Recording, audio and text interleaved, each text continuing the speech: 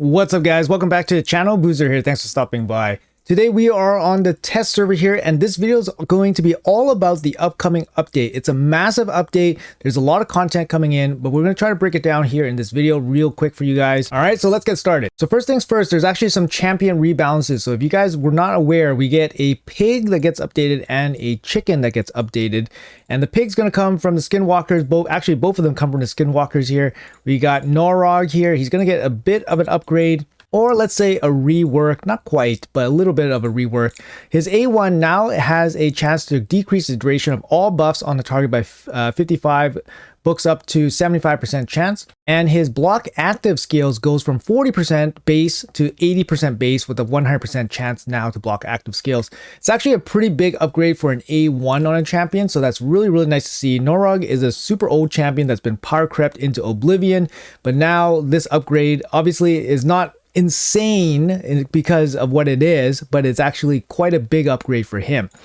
Moving on, his A2 actually now includes decreased defense, basically bringing him up to par with Ugo, which is an epic, but this makes him 100% more viable in places like Hydra, for example. You can bring him as a decreased defense AoE block buff champion. So he instantly goes from not getting any play time to instantly fitting into some teams, possibly. And his passive actually gets updated as well. Previously, he didn't fully was immune to all of these hard CCs. Now he is actually immune to all the hard CCs, which is a really nice solid upgrade.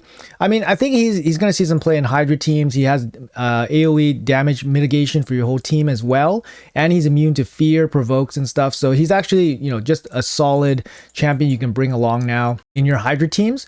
Up next, the chicken that's going to get upgraded here. We got Galleus the Bloodcrest. He was leaked to be part of the next champion rebalance a couple weeks ago, so this was we kind of saw this coming, but here he is. Let's see, his A1 is unchanged. His A2 has his damage multipliers increased, which is really, really good to see. Sometimes it's just a little bit of a tweak to damage multipliers, and then you can see them performing way, way better. His A3 also gets a bit of a rework here. It grants an extra turn now, which is a really big deal. It goes from a 3-turn basically to a 2-turn, which is really, really good. His passive also now heals him by the damage received, which improves his durability in fights.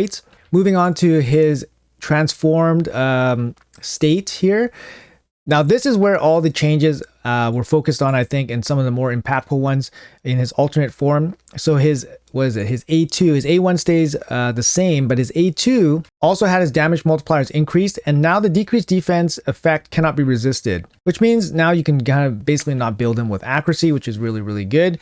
His A3 probably gets the biggest change out of his entire kit here. It goes from 15% ignore defense now up to 20%, and now he also ignores block damage. To me, this ability and this champion seems like a good counter to somebody like Nice, because now he can cut through the block damage, and also he's force affinity and all that. And this ability's multiplier also gets increased, so that's really nice to see. His passive now becomes way more consistent. Previously, there's all sorts of conditions for the passive to be useful. Now he's just straight immune to all hard CC, and he gets a random cooldown reset when he kills somebody, which is not super insane, but it's a fair, it's a fair passive, way better than his previous passive. So I think overall, quite a bit of reworking and upgrading for his overall skill kit. It looks a lot better, so that's really good to see, because he's a mythical, right? Mythicals, you gotta have them be impactful when you pull them. So congratulations to all the chicken owners out there. So moving on, we have a couple new champions in the game here. Let's quickly cover that as well. We got Praeva the Slitherer. So from the demon spawn, we have Praeva the Slitherer here. Force affinity support champion, 110 base speed, very nice, decent base HP for support and decent base defense as well. It's got 20% speed in all battles. That's good to see. A1 transfer all debuffs from this champion to the target. This effect cannot be resisted if this champion is under 3 or more debuffs. Yeah, similar to Lysandra, I guess, but she has a condition that she doesn't require accuracy. A2, 3-turn cooldown, big heal, 25% chance, 25% of this champion's max HP, which is really good, so you can control the heal, the size of the heal, and then places increased defense and increased speed. That's really solid. It's on a 3-turn cooldown as well. Unfortunately, no cleanse, would like to see that, but yeah, that's a pretty strong ability. And then she brings a single target revive, 100% HP, 50% turn meter, fully resets the cooldown of all their skills, 4-turn cooldown. Yeah, that's pretty strong. We've seen revives like this with Ancora, and that's a really, really strong revive. I think her revive is 75% turn meter, so it's a little bit stronger, I think. But yeah, this is a really good single target revive here, 100% HP as well. Passive, at the start of this champion's turn, transfer 1 debuff from each ally to this champion. Will not transfer the hard CC stuff. At the end of this champion's turn, fill the turn meter of all allies by 10% and 2% for each debuff on this champion. I mean, realistically, if you have like 4 or 5 debuffs on her, you're getting an additional 10% turn meter. Like, so you get 20% turn meter at the end of her turn. It's decent. I wouldn't say it's crazy. And I wouldn't say this transferability is crazy either. It kind of feels like similar to Ancora, kind of. Ancora is a passive that protects your highest crit damage champion, so it's a little bit more targeted. Whereas this is like random, so it's not necessarily, you know, that great. I would say she's probably slightly worse than Ancora. Ancora also has a cleanse and some turn meter stuff as well, and a similar revive. The affinity on her is better, force affinity, and they both have speed in all battles. I mean, she's basically a force affinity Ancora to some extent, right? Interesting. I mean, Ancora is a very fine champion, so Praeva is probably very, very solid as well. Next up, we have Yuzel of the Jade from the Dwarf faction. Yuzel here, he looks awesome. I love his aesthetic here. It looks kind of funny. He's got a broom on his helmet here. He's got a Jade axe, pretty badass. Jade daggers all over the place. He is an attack-based damage dealer here. We got 33% attack in arena. A1 has a 20% chance of granting an extra turn. If this kills somebody, grants an extra turn. Similar to Rotos, he doesn't get huge book value from damage. But Rotos places decreased defense, and he has an extra condition where he will get an extra turn if he kills somebody. So I kind of like this. This is pretty strong. The extra chance and then the guaranteed chance when he kills somebody is pretty strong for an A1. His A2 is an AoE. Before attacking, reduce the value of shields on all enemies by 100%. I mean, that's basically just removing the shield, I guess. I don't know. The way this is worded means maybe he bypasses removing shields. I don't know how this is going to work. Places decreased defense on them for 2 turns. It cannot be resisted if it's used on an extra turn. That's pretty cool. Has a 20% chance of granting an extra turn. This chance increases by 10 for each crit hit. So if you're attacking 4 enemies in an arena, you get an extra 40%. So it's a 60% chance of extra turn. Wow, that's pretty strong. That is pretty strong. And his A3, 3-turn cooldown, single target hit, ignore shield, block damage, and unkillable. Also ignores stone skin and 100% of the target's defense if this skill was used on an extra turn or instant turn. That is a key piece of text here, guys. That means a champion like Su Zhen can basically just instant turn into him, and then he will just one shot basically anybody in the game through stone skin, 100% of the defense. Yeah, this ability is like built to be with somebody like Su Zhen that can give the instant turn. This is going to be very, very strong.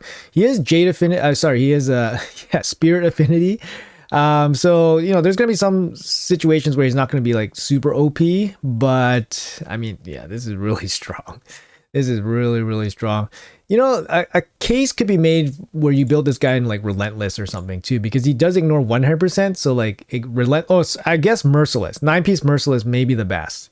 Maybe the best. But you get the chance of the extra turns. Increase the chance of all allies to gain extra turn by 5%. Wow, it gives your whole team 5% chance to gain extra turn. This champion deals for 25% more damage on extra turns. I mean, assuming he doesn't need extra damage, but it's pretty cool. You know, the passive, a little bit about him. I mean, like without Su Zhen, he's just kind of a big hit damage dealer. He has no way to survive. So that's kind of a big thing against him, a big knock against him. Like somebody like Rotos, his passive makes him super powerful, right? Like, yes, Rotos can deal damage, but his passive makes him super powerful. And for Yuzel, he doesn't have a way to stay alive, unfortunately. So that's going to be the biggest knock against him. I mean, even with Stone Skin, he's probably not going to be invincible or anything. So you can definitely cut through his Stone Skin and kill him off. But I could see this, you know, I could see him being built in like 4-piece Stone Skin, 4-piece and Relentless gear. Just get the extra turn stuff going on. It could be pretty insane, but we'll have to see. Doesn't seem too crazy, but That A3 seems very, very nice. Moving on, we have Niamhe, the Spear of Nyresa. It's going to be from the Sylvan Watchers here. Defense based Void champion, looks kind of like Feyna. Check out her kit here. Decent base defense, a bit low on the speed, 98 speed here. Defense in all battles, 35%. That's really nice to see. Only I think Marius has that, and I think one mythical. A1, single target hit, decrease attack, decrease crit rate. For 2 turns, has a 50% chance these debuffs cannot be resisted or blocked. Blocked is nice because then it goes through his block debuff and stuff like that. And you get some extra book chance here. So it goes up to 75% chance, which is pretty cool. It's A2 here, 5 turn cooldown, books down to 4 turn. It's a damage ability here. Single target hit, 50%. If they are 50% HP or less, this attack will always crit and will ignore 50% of the target's defense. So it's going to be a big smack. Places a shield buff on all allies. The value of the shield is equal to the difference between the target's current HP and the target's max HP. So the less HP they have, the bigger your shield. And the less HP they have, the harder she hits. So, yeah, I mean, the thing is, you're going to have to soften them up, right? You got to soften them up to get to that point. If the target is a boss, the value of the shield is proportional to the champion's defense. Okay, so it's a little bit more consistent. If the target is killed, also reduce the cooldown of all ally skills by 2 turns. Oh, man. Oh, man. That's wild. Okay, so, I mean, she's a damage dealer, right? She's a damage dealer, but she benefits a lot when they're lower health. And I imagine it'd be hard for her to straight kill somebody. Straight kill somebody from full health. So you're not going to get this cooldown too often, I think. But it's a pretty big ability when it goes off. Let's check out her A3 here. 3 turn cooldown, heals all allies. The heal is proportional to the champion's defense. She has good base defense, so it should be a pretty big heal. Also places block debuff and ally protection on all allies for 2 turns. Pretty decent, like good support for various areas of the game. Passive, places block damage buff on all allies for 1 turn at the start of the round. And each time this champion's HP drops below 50%. Okay, so you start off the round with a block damage. And every time she drops below 50% HP, you get a block damage on everybody. Yeah, there's a lot going on with this passive. 1 turn block damage on your whole team, eh? I mean, similar to Odin. I think Odin's a little bit more consistent because you're just going to get it all the time. Whereas this one requires you to be under 50% HP. But regardless, this is a very strong passive. Interesting champion. Would be curious to see how hard she actually hits. Kind of like a support champion almost, but then this ability makes it seem that she can hit maybe kind of hard. I don't know. I'm having a hard time seeing her like one shot characters with this ability from full HP. I don't really see it. Kind of a mixed bag with the kit. Mixed bag of the kit here. Like support, 3 support skills, and then you have a damage dealing ability. It's always a crit. But if you use this ability without the benefits of being under low health, this doesn't really do anything. I don't know. Interesting. It's an interesting kit. I'm not feeling it though. Not feeling it on first look. But let's move on. So those 3 champions will be available in the next upcoming update. And the biggest update of all will be Faction Wars. Look at this, guys. Hard Faction Wars is coming to the game. And this is the biggest content probably for the year, I would say. Pretty massive. Look at this, guys. Still 1 hidden faction in the future. I assume this will be coming in the future, just to fill out this map a little bit. But anyways, guys, you can't access the Hard Faction Wars stage until you finish the normal Faction Wars and get Lydia. If you complete the Hard Faction Wars, you'll be getting this super shiny new mythical champion here, Palara. We can take a quick look at her kit here. Palara from the Sacred Order. Very, very cool mythical champion here. She's a damage dealer in her base form. She got attack and good defense here. A1, single target hit, extra hit if the target is under any debuffs. Not too difficult to land. And also native 25% chance of granting extra turns straight out of the gate. Defense and attack scaling, very interesting here. A2, triple hit, Each hit will ignore 25% of the target's defense. That's pretty solid. And then it says each hit will ignore 50% instead if the target is under HP burn or freeze. These are massive hits. 50% ignore defense is huge. Each hit also destroys target's defense and resistance by 3%. Places an HP burn on all enemies for 2 turns. If the target is killed, this debuff cannot be resisted, so you don't need accuracy on it. Very, very nice A2 ability. Hard hitting with the HP burn, very, very nice. A3 is an AoE. This attack deals single target damage to each target individually rather than AoE damage. It only really matters against like AoE protection champions like Duchess or like Hydra heads, for example. Will ignore shield, block damage, unkillable as an AoE. Very, very strong. Instantly activate HP burn, so now she's an igniter. Places block revive on the targets that are killed while under HP burn or freeze. Very strong. 3-turn cooldown as well here. Love to see it, guys. Very strong ability on the A3. Passive. This champion deals 25% more damage against enemies under HP burn and freeze. This champion deals 100% more damage against enemies under both HP burn and freeze. And then lastly, this champion ignores the damage reduction granted by freeze. So obviously she's looking for, HP burn and freezes to basically boost her kit into the outer space regions. We don't know how hard she hits. So if she hits like a noodle, that's going to be a little bit unfortunate. But a lot of her kits and her usefulness is going to be decided by how hard she hits. So far, it looks really good. 50% ignore defense is going to be very nice. And then obviously this AoE HP burn can be very, very impactful. It cannot be resisted, which is very nice. So no accuracy needed. Good base form. Let's go to her alternate form here. She turns into the Ice Queen. Her stats turn into defense. 106 base speed here. So you got an A1. Places ally protection on a random ally. Random ally. Except this champion for 2 turns. If the randomly selected ally is already under ally protection, place it on another random ally. Heals this champion and any allies under ally protection. The value of the heal is proportional to this champion's defense. Now, we don't know the percentage of the heal, but she's going to be healing everybody with ally protection, which is really, really nice. Defense-based and attack-based still. Very nice. A2, 3-turn cooldown, places block debuffs. Strengthen. Also places Ensnare. So Ensnare is a new debuff in the game. It's going to be in the info here. And Ensnare is any turn meter effects received by the champion with Ensnare will be reduced by 100% or 50%. So here she says it's a 100% Ensnare. So basically all turn meter boosting stuff will not work anymore on these champions under this debuff. So this debuff cannot be resisted by enemies under HP burn or freeze.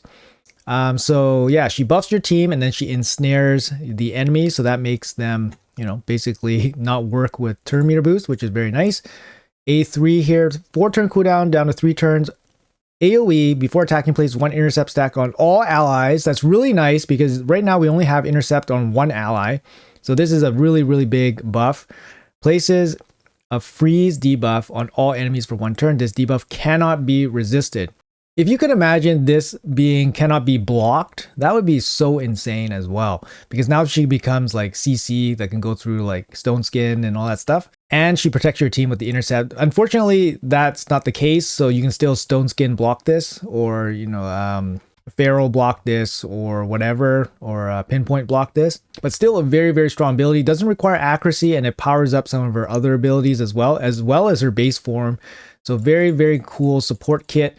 Passive, allies under freeze receive 90% less damage.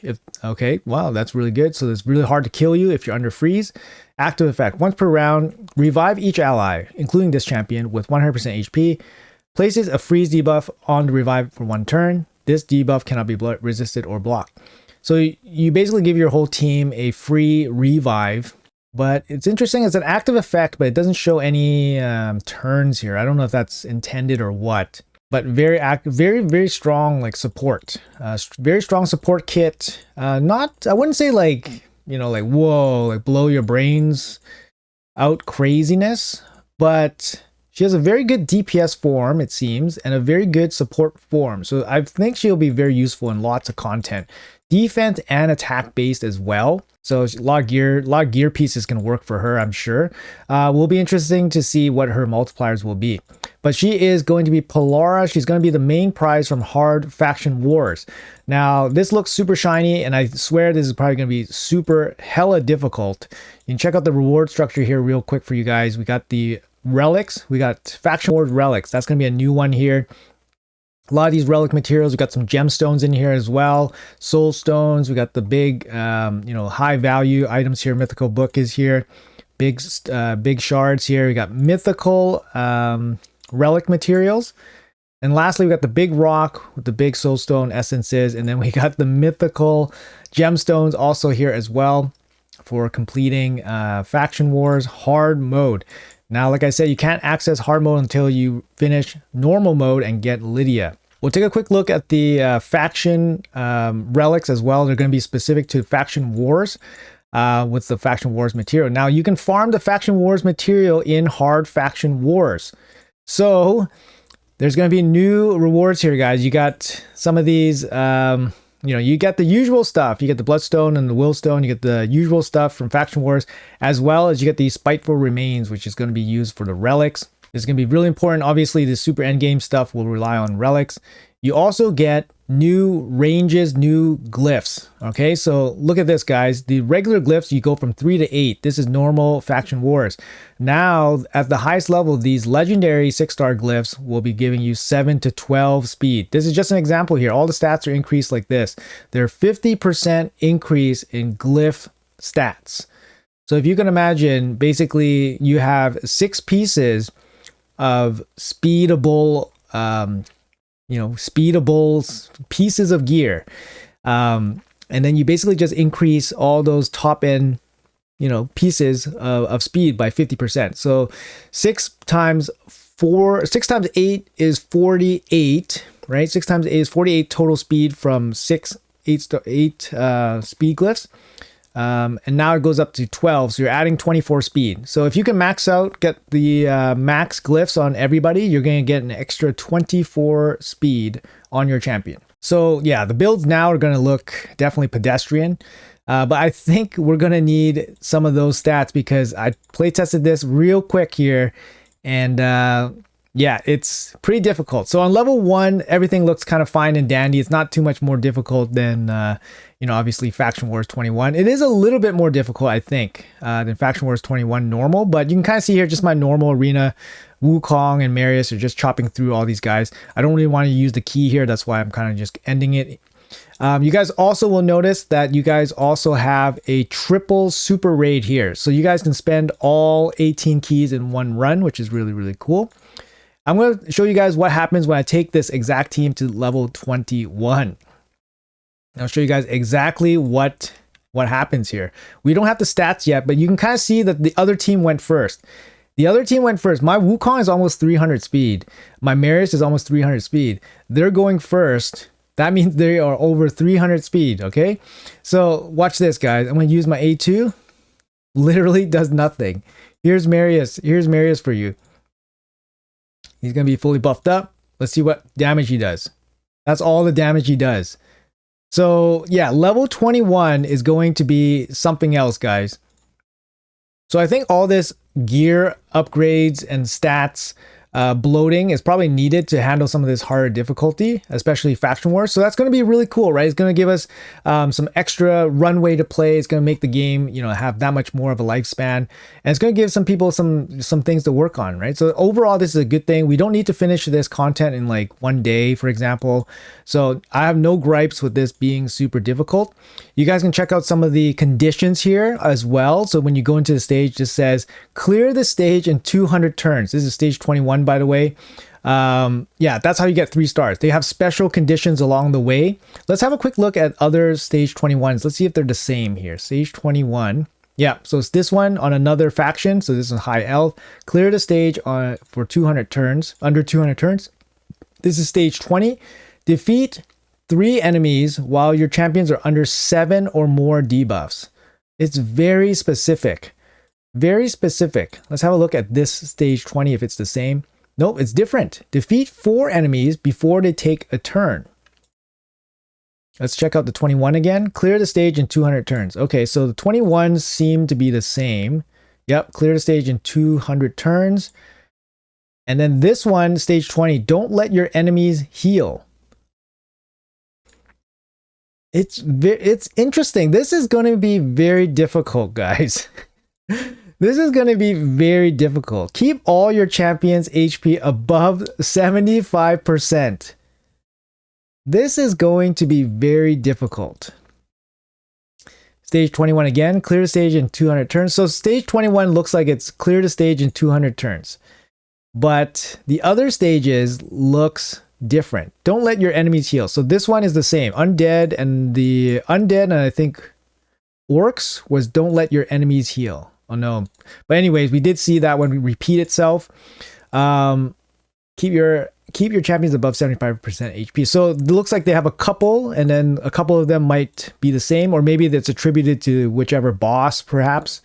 But yeah, looks very difficult. Looks very difficult and very specific. So to get the hard faction wars done is going to be very difficult. Obviously, to farm all that stuff, it's going to be difficult.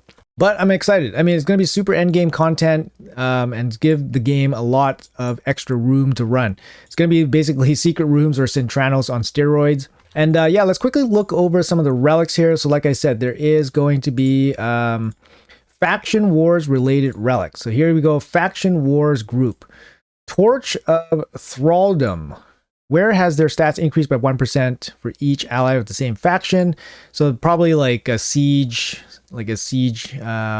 relic here. I don't really see this being super significant. 2.5, 3, 4. So you get 5% more stats for each faction guy you have. So let's say you have a 5-man team. So you got 5 people. So you get 25% more stats.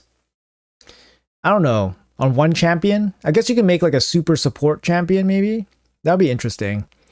Mind of Marquat. Accuracy, speed. Where has 25% chance of placing a fatigue debuff for 1 turn with each hit? Chance increases to 40, 60%. 60%. Actually, is that 60%? 30, 40, 50, 60%. What is fatigue? Why can't I just access this right away? Let's check out what fatigue is real quick. All right, so we got fatigue. Champions under fatigue debuff will receive a sleep debuff for 1 turn after using an active skill. If a champion with a fatigue debuff uses a skill that removes the debuffs, the fatigue debuff will be removed and the sleep will not be placed. Okay, so potentially it's like a sleep that happens after the... I guess it's better than sleep, to be honest, because sleep can be removed or triggered, right? So this triggers when they take a turn. Okay. Well, nothing too overpowered, I think. All right, guys. So those are the relics that are coming in the next update. Now, the last big update is probably one of the biggest updates you could ask for. But we are getting more champion slots, guys. There we go. Our reserve slot up to 900 now. 900. We got a little bit more slots here. There we go. We can't buy any more. Can we buy more of the Master Vault? Let's see. Champion slots. We get more here. Nope. Just the reserve spots. We get an extra 100 spots here coming in the next update. I probably have to pay for it, of course. Usually you have to pay for the vaults. Oh, and one more update here. We actually have a little note here about how poison and HP burn activation effects are now reworked. The damage inflicted will account for buffs, debuffs, and other effects that increase, decrease, or otherwise affect poison and HP burn damage. So it only applies to activation effects. So champions that can activate HP burn or poisons will have basically, you know, poisons or HP burns that deal more damage. So that's a pretty good upgrade there. It's just basically a straight damage booster if you have the proper champion. So for example, somebody that can ignite the HP burn. There we go. Artak can do it. So you're going to be doing a little bit more damage there with the next update.